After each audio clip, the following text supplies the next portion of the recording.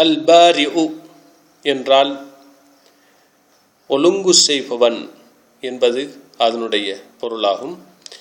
இது அல்லாஹுடைய அழகிய திருநாமங்களில் ஒன்று.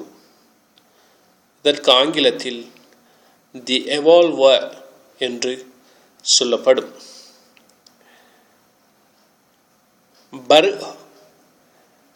பர் உன் அல்லது பர் என்ற படைத்தல்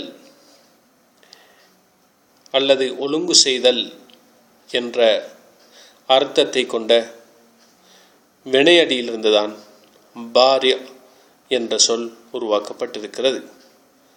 பரஅ என்றால் ஒழுங்கு செய்தான் அல்லது படைத்தான் என்பது பொருள்.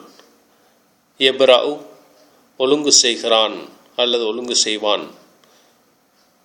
அல்லது படைக்கிறான் அல்லது படைப்பான் என்பது பொருள். பர் என்றால் முன்பு கூறப்பட்டது போன்று படைத்தல் ஒழுங்கு செய்தல் என்னும் அர்த்தத்தை கொடுக்கும். அதிலிருந்துதான் அல் பாரிஉ என்ற இந்த சொல் உருவாகி இருக்கிறது.